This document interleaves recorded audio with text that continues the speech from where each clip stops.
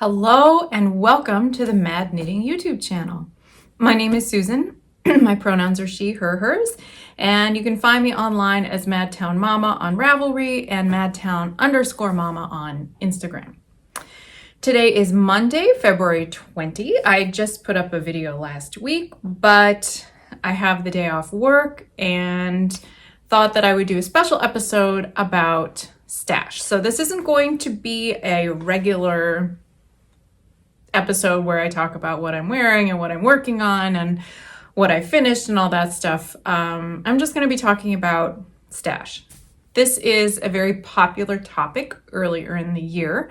I think especially right at the new year, people tend to make resolutions or set intentions, do some de-stashing, resolve not to buy anything, and anyway, it's a whole thing. And I actually got a question under one of my videos, maybe it was episode 31 or 32, where somebody named Barb, hi Barb, asked if I would share my stash.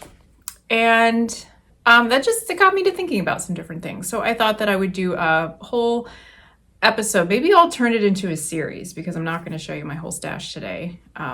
You'll hear why in a bit.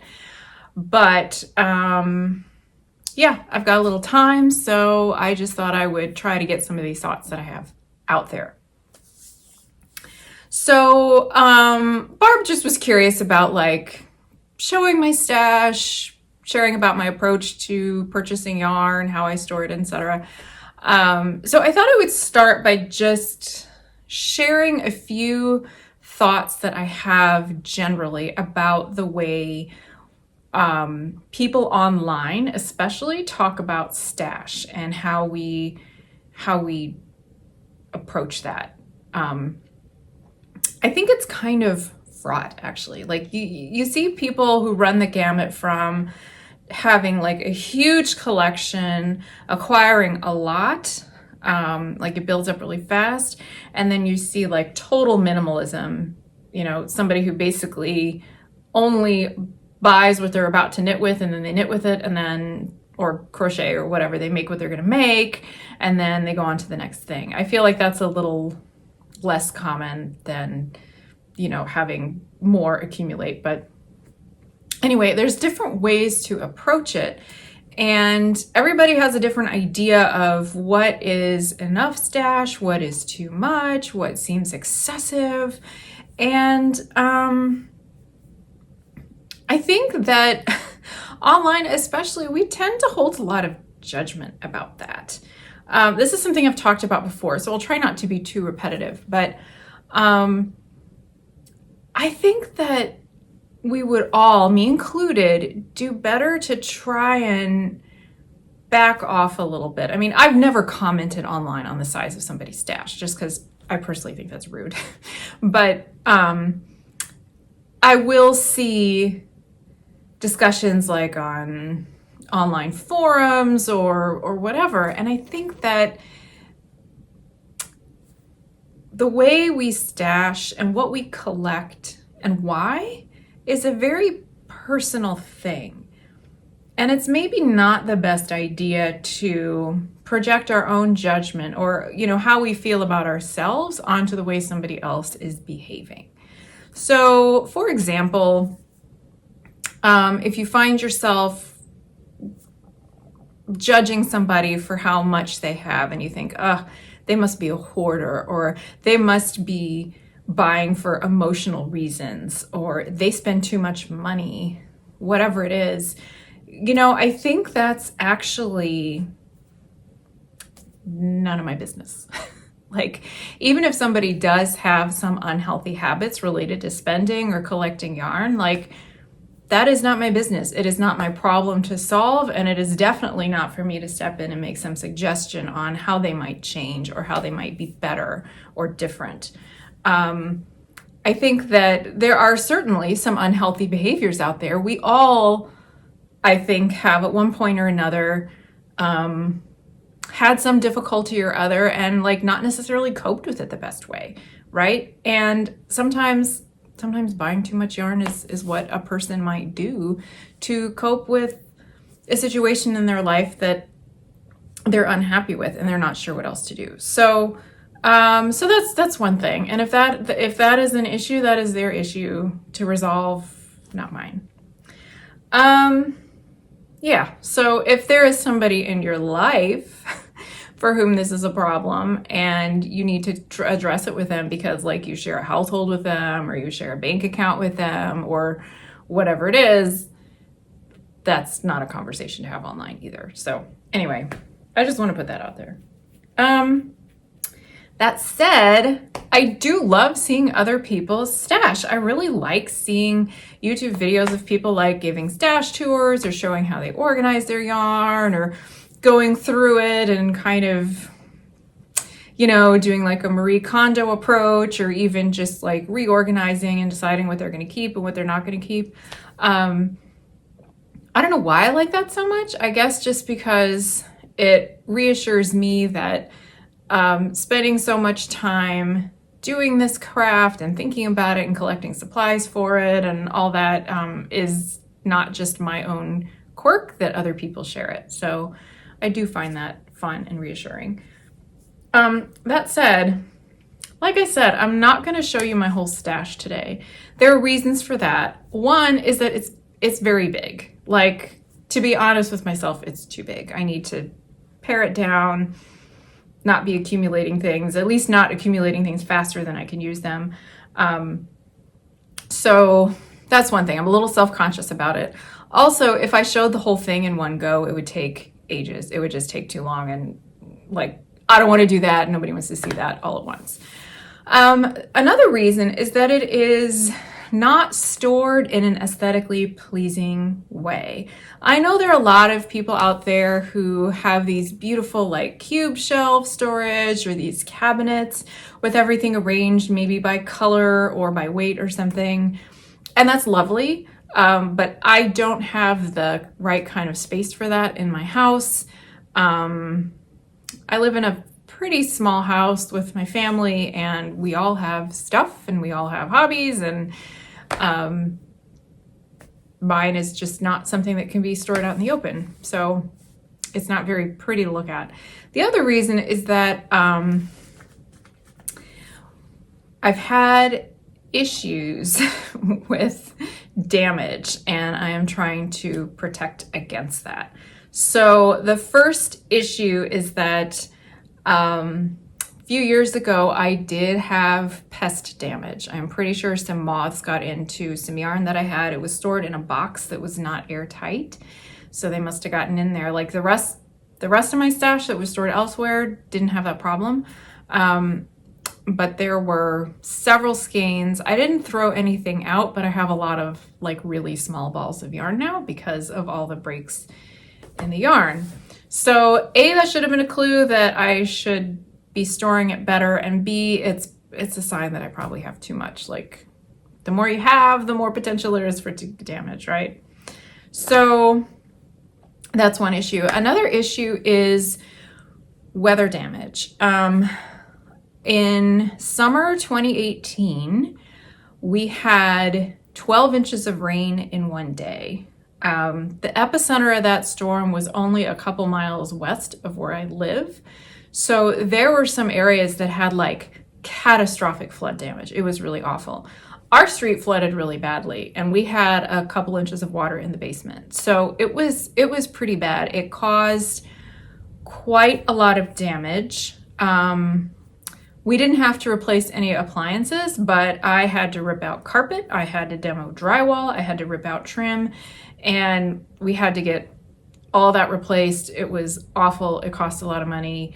And my stash was affected by that, although not as badly as it could have been. Some of the houses around us had it much, much worse. We actually got off pretty lucky. We had neighbors that had like feet of water, including raw sewage in their basement. We did not have that. We had some neighbors where their entire basement filled up, like in their, all their utilities had to be replaced, like furnace, water heater, and all that stuff. So considering all that, we were pretty lucky that the damage was like confined to pretty much cosmetic stuff, like flooring and drywall, which obviously has to be replaced, but you know, we were still able to like be in the house. So yeah, but at the time, most of my yarn was, well, it still is, but stored in this unfinished room in the basement that is just concrete floor, particle board walls. It's really kind of ugly in there, but it's nice and spacious, and there's plenty of room for my stash and for some exercise equipment. And almost all of what I had was in these plastic tubs. And because there was only a couple of inches of water, pretty much everything was protected from it. There were a couple of bags, like tote bags, that got wet that I had to wash, some yarn that I had to wash. There were a few things I had to throw out, but it wasn't muddy water and there was no sewage in it. So I just kind of figured it's probably okay. So let me show you my storage solution. My stash is almost all stored in these plastic tubs.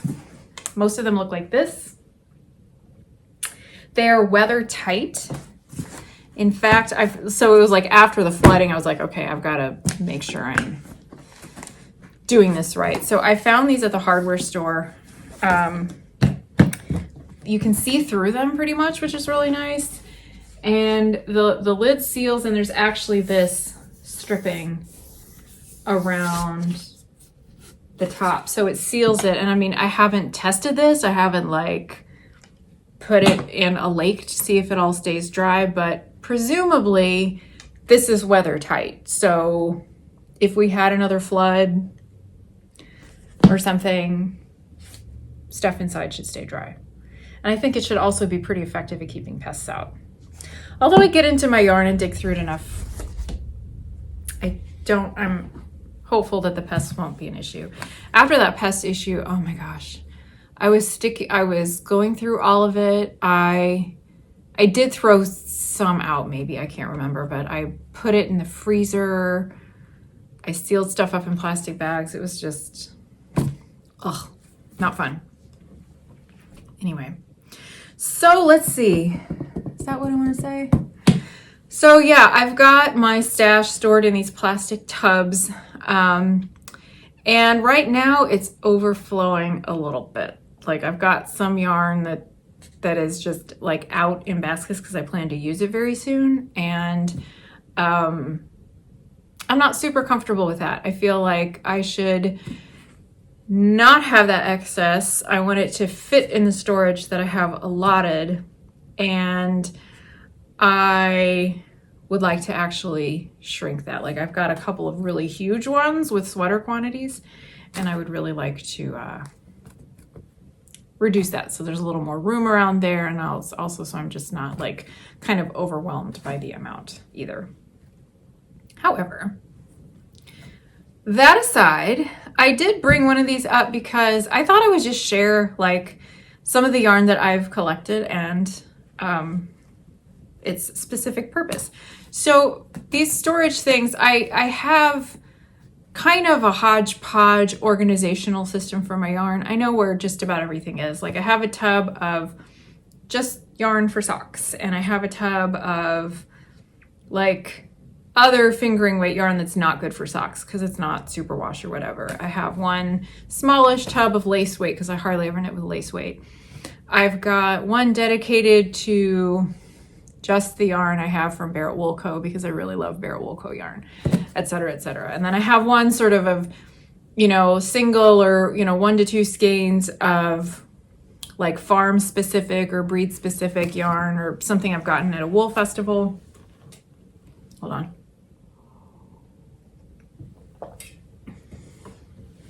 So some of it is sort of by weight, some of it's sort of by type of project or a particular, like if there's enough of one particular brand or something. But this tub I'm going to share with you today is yarn that I have purchased and have set aside specifically to make things for my nieces. I have 2 little nieces that live in Virginia, and I wish I could see them more often, but I can't because they live how many hundreds of miles away? They live a ways away. And because I can't see them very often, I'm always knitting them things. I usually knit them something for Christmas, for their birthdays, sometimes in between just for fun of it. The older one will be 7 in a month from today, in fact. The younger one, holy cow, she'll be turning 5 in May. So for now, they will still wear things that their auntie makes them. And you know, my time for that may be running out, but I have accumulated this yarn with them in mind, which means that most of what's in here is superwash. I don't love superwash wool, superwash yarn. I have talked about this before. There are reasons for that. It's the process of making a yarn washable is not environmentally friendly. There's a lot of chemicals used to strip these scales off of the fibers. They basically coat the yarn in plastic so that it won't stick to itself like in a load of laundry. So that's not great. But it also means that if you're going to knit things for babies or children, or for people who don't want to be bothered with, who like hand knits but don't want to be bothered with hand washing everything, it's a good option, right?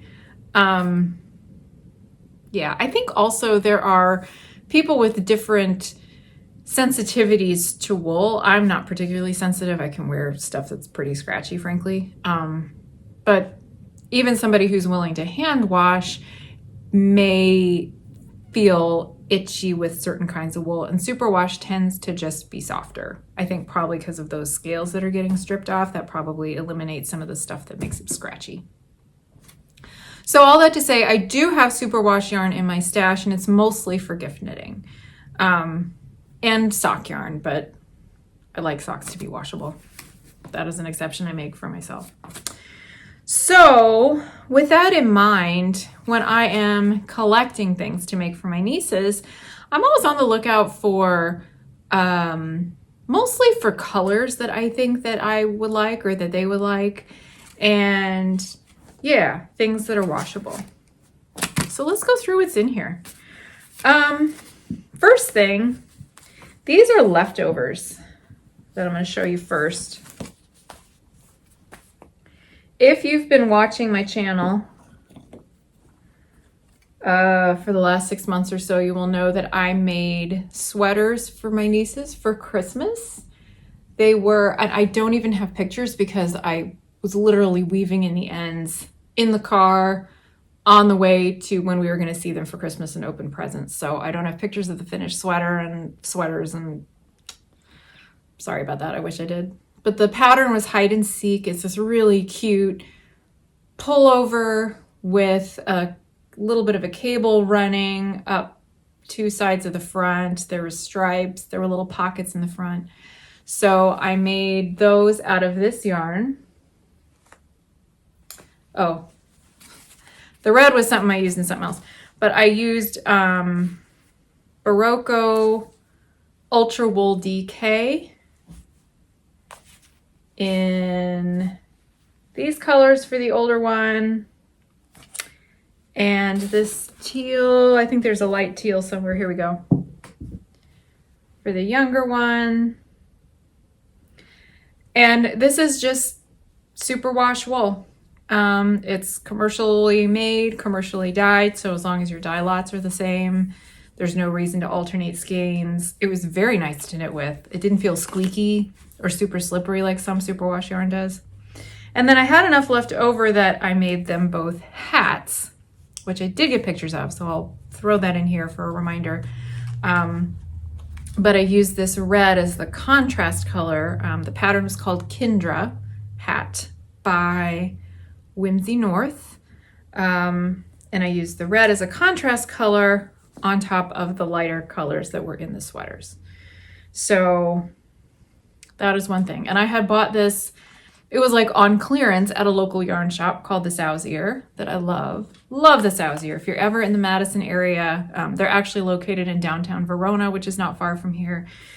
They have a cafe, they have yarn. It's just a very lovely, friendly place. So anyway, the thing is, like, now I have a bunch left over and I'm not exactly sure what to do with it. So for now, it's just kind of stashed away, and we'll see what happens with it. I'm just gonna like throw everything on the floor in a pile. Speaking of the sow's ear, another thing I picked up there from their clearance rack. Side note, I know that I like shopping sales is a really good way to spend money unnecessarily and end up with yarn that you think you need, but that you might not ever use. And yet I fall victim to it anyway. Thank you, consumerism. Anyway, so they had this yarn on clearance. I got this a while ago. It might have been a year ago. I'll just show you these two skeins. This is Rowan Soft Yak DK. These are 50 gram skeins, 148 yards. It's a DK weight.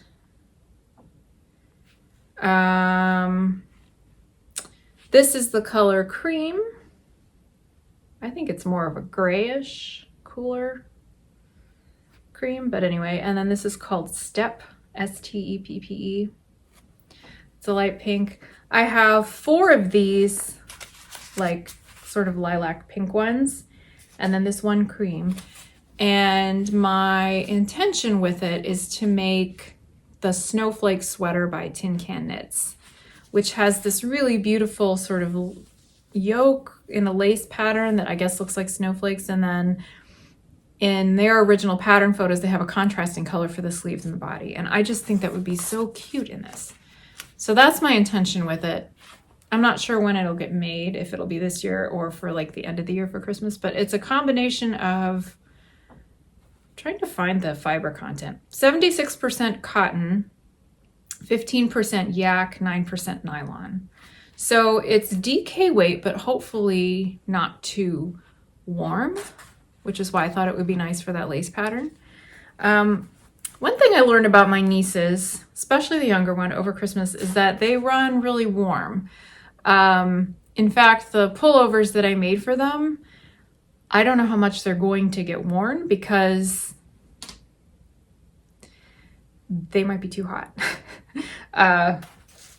You know, they live in Virginia, so they get winter, but it's not very long and it's not very cold. And so I'm thinking in the future I should be looking for warmer blends, like cotton blends or very lightweight yarn, or making cardigans or, you know, just things that can allow for kids that are constantly running hot, right?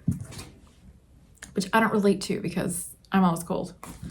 Except for today for some reason, but anyway. So those are the acquisitions I've gotten from the sow's ear for my nieces. Another local yarn shop that no longer exists is the Wisconsin Craft Market.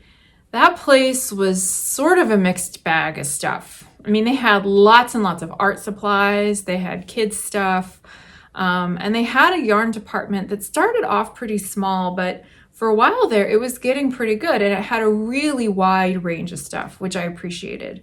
It was just like kind of a big store in this strip mall, not a whole lot of, you know, ambiance in there. Like sometimes they were playing Delilah on the radio, which I couldn't stand. And I don't know, the owner was always kind of hanging around, and just, I didn't always like love being there, but they had really nice yarn, and they had a whole range. Like they would have like, you know, the Red Heart, Bernat, Lion brand, these very kind of affordable acrylic options, all the way to pretty expensive hand-dyed yarn. Like they had hedgehog fibers, and they carried Utopia, which is a local dyer and yarn shop. Also, they have a yarn shop. Yeah, and then they had like a bunch of Cascade and kind of middle road stuff. So it was nice, and they always had a clearance bin. Well, that store, they tore down the strip mall to build housing, and the owner was going to retire anyway, and the store, they didn't have a new location with affordable retail space. And then COVID hit right when they were going to close. So all their stuff went into storage for about 1.5 years, and then they reopened in another storefront just to sell off all their stuff. Are you seeing a theme here where I like can't resist really good clearance yarn? Especially like I'm always using the excuse, oh, it's for my nieces. Oh, it's for so-and-so. Like if it's not for me, I think it's okay. Anyway, so I did hit their sale yarn. And I got a few different things. I should have been more restrained, but I wasn't. Anyway, one of the things I got for my nieces were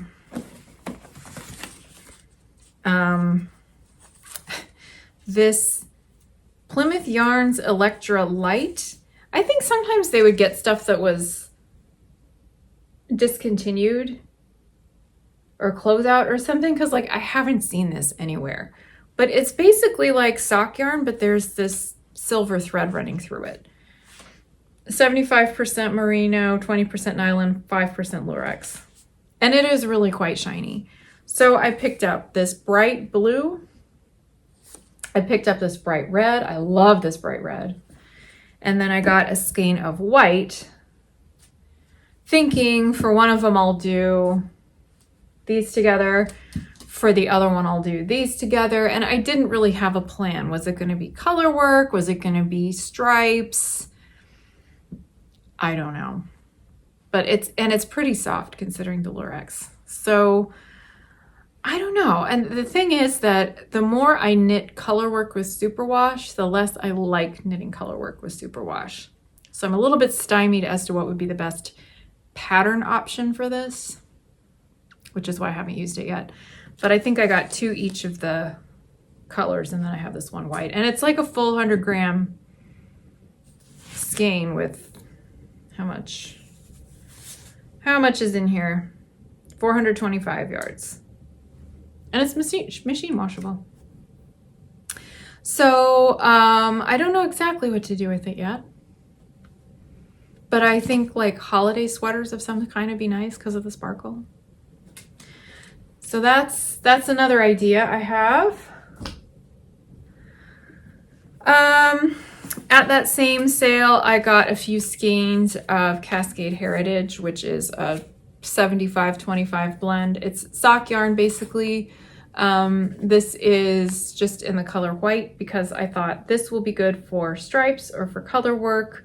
Or one idea I have is to hold it doubled with another yarn to make, you know, like if you hold 2 fingering weight together, that's the equivalent to DK weight. It just seemed like a good thing to have on hand. So I have like 4 of these, which is way more than I need, but it was, I mean, by the time I got these, I think everything was like half off. So it seemed like it wasn't a big deal. Anyway, so I have these. And what I had in mind to combine it with was this yarn from Republica Unicornia. I bought this a while ago, I think around the same time as I was hitting those sales at the craft market. I love how committed. So Kathleen is the owner, head yarn wench is how she describes herself, of Republica Unicornia.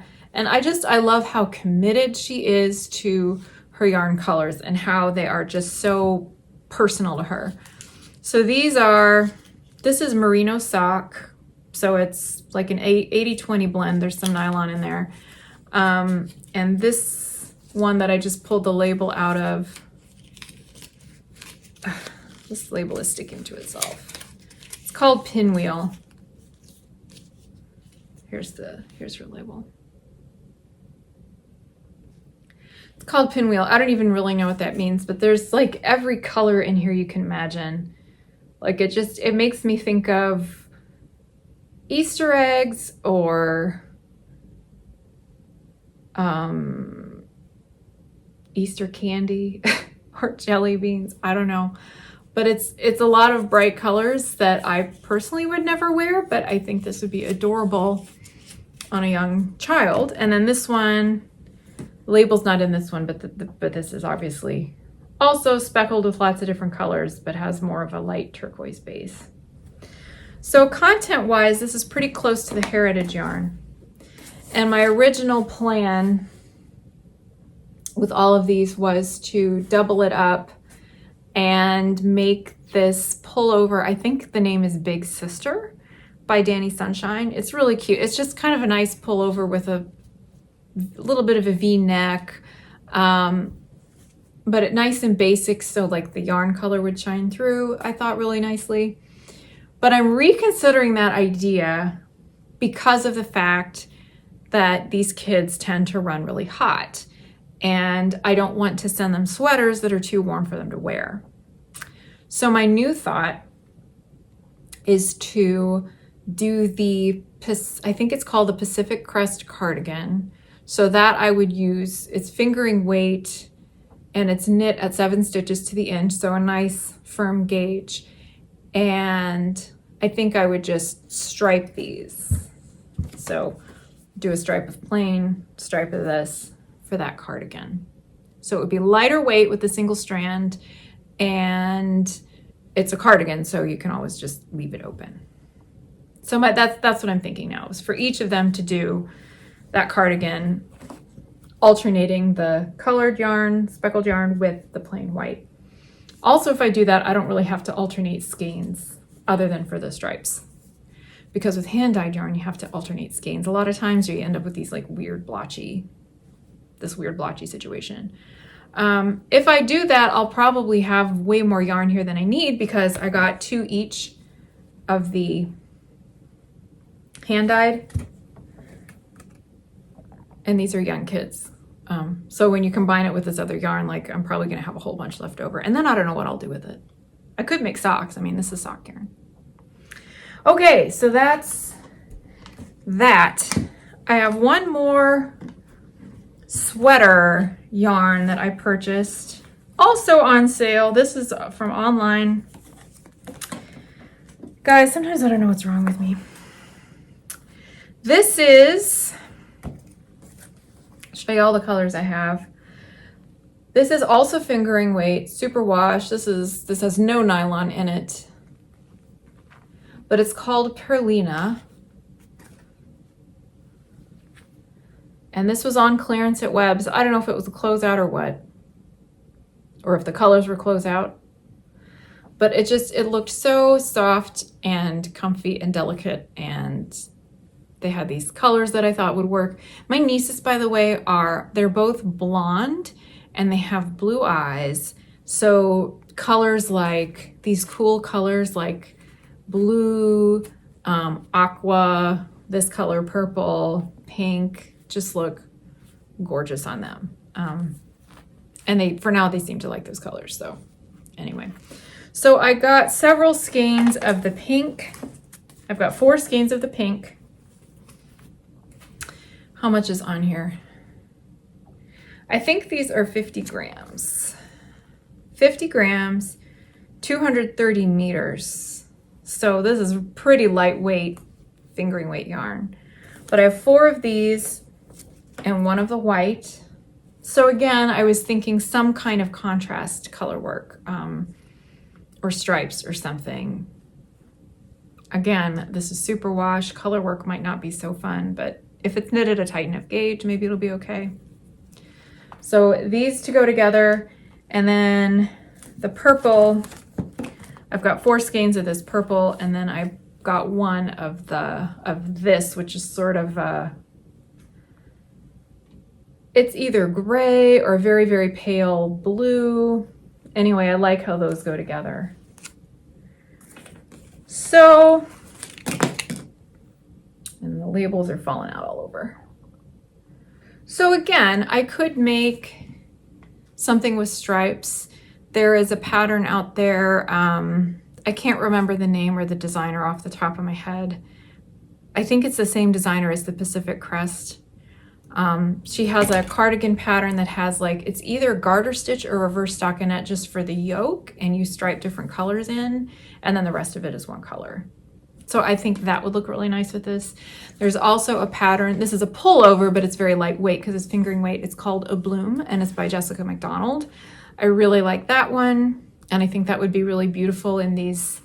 I mean, these are very like springy, spring flower colors, I think.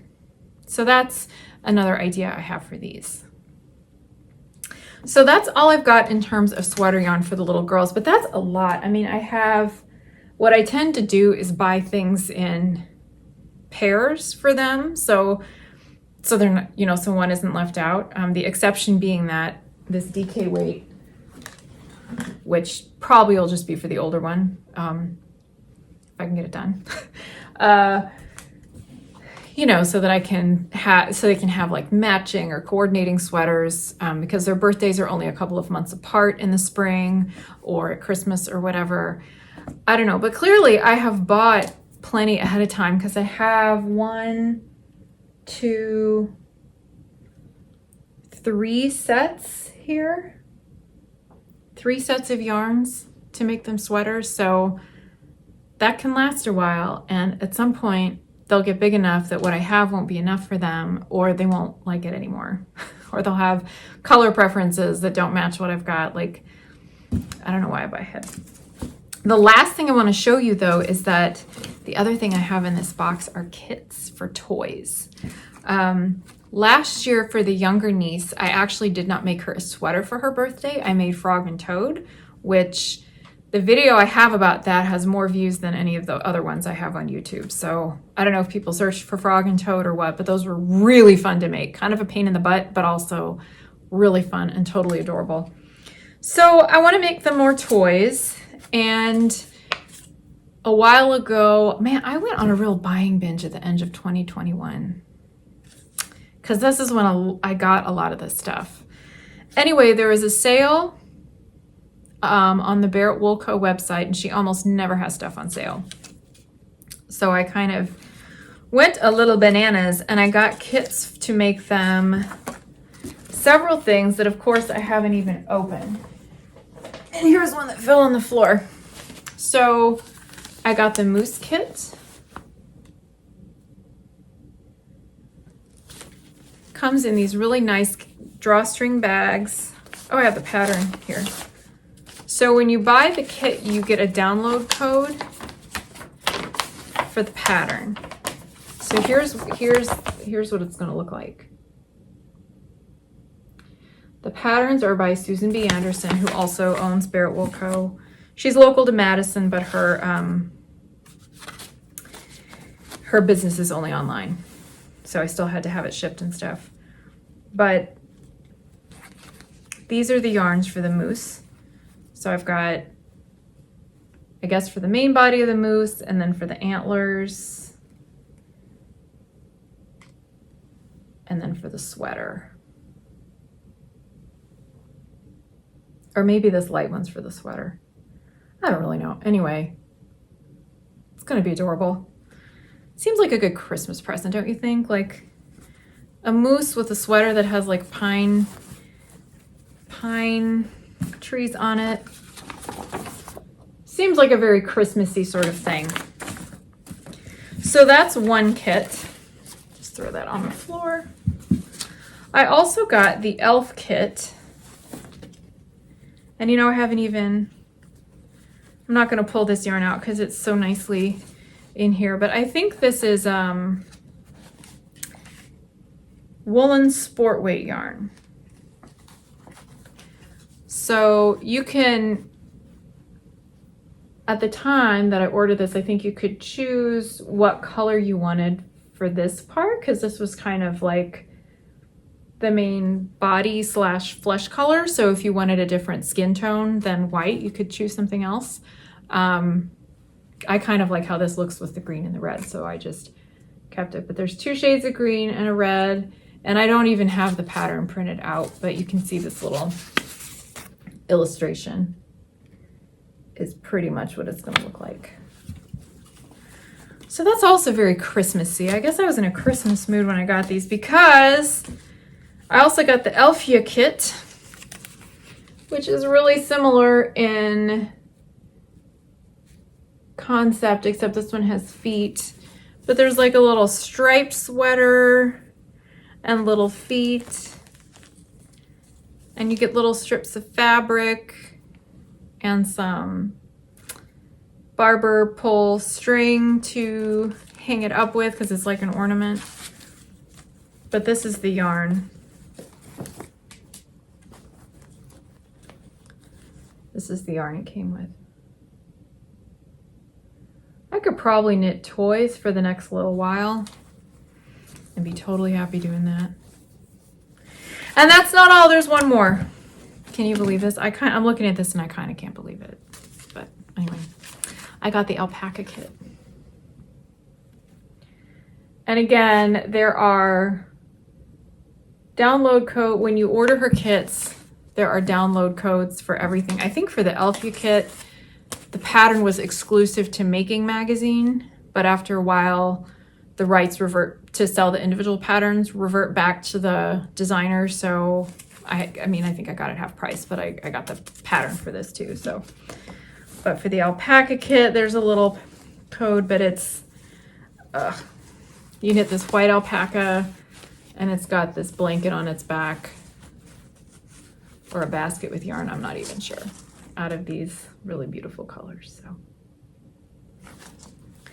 So maybe all these toys will go to my nieces. Maybe I'll keep some. I might have to keep the alpaca because wow, that's cute. Anyway, so that was like more than 40 minutes of me talking about how I stash and the yarn I've collected just in this one tub just for my nieces. So I think that's going to be it for today. If you have any questions for me, please feel free to leave them in the comments below this video. I also have a Google form open for Ask Me Anything. And I will put that in the link below as well, or in the list of links below as well, in case you don't want to leave a public comment. As long as it's not too intrusive or mean, I will answer your question. So I hope this was interesting for you. If not, just look forward to the next episode where I'm actually talking about the regular stuff, and I will see you next time.